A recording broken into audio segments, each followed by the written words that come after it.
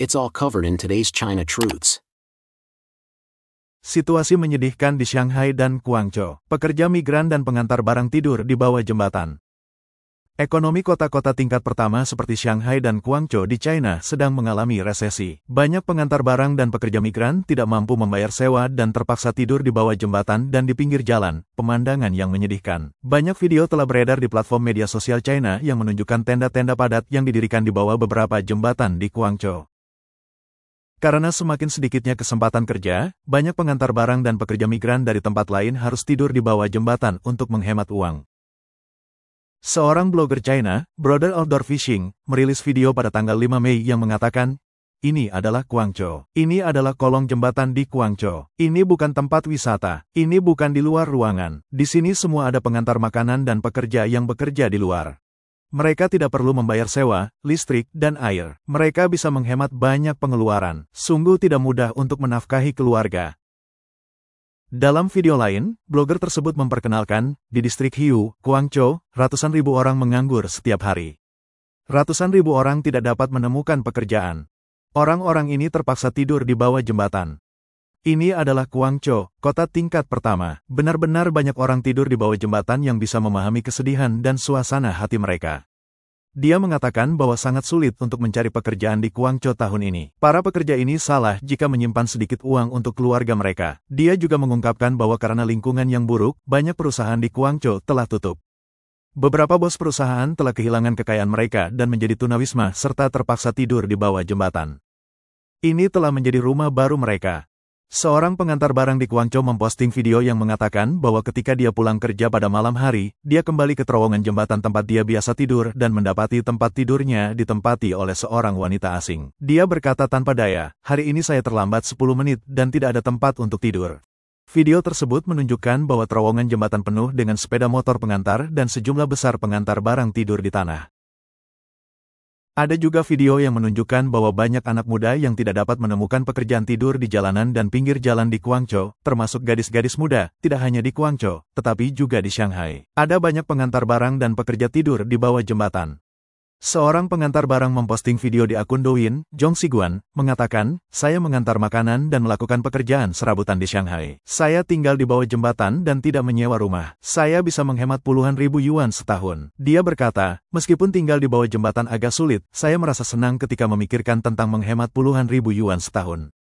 Dalam video lain, dia memperkenalkan, "Saya mengantar makanan dan melakukan pekerjaan serabutan di Shanghai. Sekarang, saya tidak bisa menghasilkan banyak uang dari mengantar makanan, dan saya terutama melakukan pekerjaan serabutan. Sekarang, saya tidak menyewa rumah dan tidur di bawah jembatan. Ada berbagai macam bakat di sini, termasuk pengantar barang, pekerja serabutan, mahasiswa, ahli arus lemah, ahli arus kuat, dan sopir truk. Saya tidak punya kredit mobil atau hipotek. Saya menghasilkan uang dan menghabiskannya sendiri." Di kolom komentar video-video ini, banyak warganet daratan meninggalkan pesan menanyakan lokasi jembatan dan ingin tinggal di sana dengan tenda. "Saya ingin pergi kemanapun itu." Beberapa warganet menyesalkan bahwa ini adalah status kehidupan masyarakat kelas bawah di China. Beberapa warganet yang pernah tidur di bawah jembatan mengungkapkan, "Lumayan di musim panas, tapi saya membeku seperti burung unta di musim dingin." Beberapa warganet khawatir tentang prospek ekonomi China. Situasi seperti ini ada di mana-mana di kota-kota besar China. Sungguh menyedihkan. Bom waktu sudah di depan mata. Ekonomi China memburuk dan menyebar di berbagai tingkatan. Sementara mengklaim tumbuh 5% ke dunia luar, ekonomi China menunjukkan tanda-tanda kemerosotan berkelanjutan di berbagai tingkatan. Baru-baru ini, banyak media asing dan lembaga penelitian menunjukkan bahwa seiring dengan meningkatnya kesulitan ekonomi, 3 cara diadopsi untuk menutupi kebenaran data. Pertama, tidak lagi merilis data-data penting seperti tingkat pengangguran kaum muda, investasi aset tetap swasta, rincian kebijakan moneter. Kedua, mengubah definisi data seperti pelonggaran tiba-tiba kaliber uang beredar sempit M1 sehingga tingkat pertumbuhan tahunannya berubah dari negatif menjadi positif. Ketiga, memanipulasi langsung basis data, seperti dengan menurunkan data konsumsi tahun lalu untuk menciptakan ilusi pemulihan konsumsi tahun ini. Ada banyak keraguan di balik tingkat pertumbuhan 5%. Departemen Statistik mengumumkan bahwa pertumbuhan PDB pada tahun 2024 akan menjadi 5%. Namun dari perspektif berbagai indikator ekonomi, hampir tidak ada dasar untuk mendukung angka ini. IHK hanya meningkat 0,2% sepanjang tahun, sementara IHP turun sebesar 2,2% yang menunjukkan bahwa tekanan deflasi terus berlanjut. Penurunan pendapatan fiskal, investasi yang lesu, dan pengangguran yang tinggi semuanya tidak sesuai dengan pertumbuhan. Konsumsi di Shanghai dan Beijing menurun pada kuartal pertama tahun ini, tetapi fenomena kontradiktif konsumsi nasional meningkat sebesar 4,6% muncul dalam data resmi. Jika ekonomi benar-benar tumbuh sebesar 5%, pasti akan disertai dengan kenaikan pajak, investasi aktif, dan peningkatan lapangan kerja. Tetapi sinyal-sinyal ini tidak ada saat ini.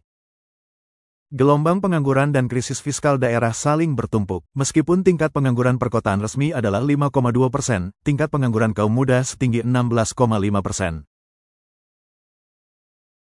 Banyak lembaga percaya bahwa situasi sebenarnya mungkin lebih parah. Nomura memperkirakan 5,7 juta orang akan menganggur dalam jangka pendek dan lebih dari 15,8 juta dalam jangka panjang. Total utang pemerintah daerah mungkin melebihi 100% dari PDB dan kapasitas pembayaran fiskal menurun dengan cepat.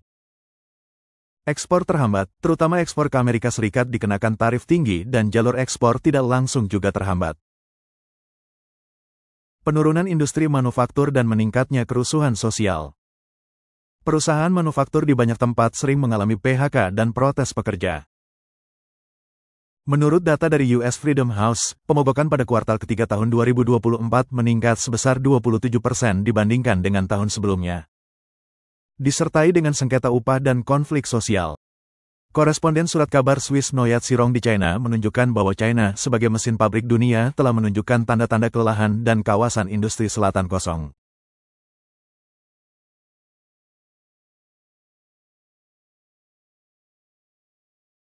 Para pengamat percaya bahwa ini menunjukkan tanda-tanda resesi jangka panjang. Xiao Xiao berkomentar, di balik keheningan angka-angka terdapat raungan fakta. Pertumbuhan di permukaan tidak dapat menutupi resesi yang mendalam. Jika kita tidak menghadapi masalah, tidak akan ada reformasi dan pemulihan yang nyata.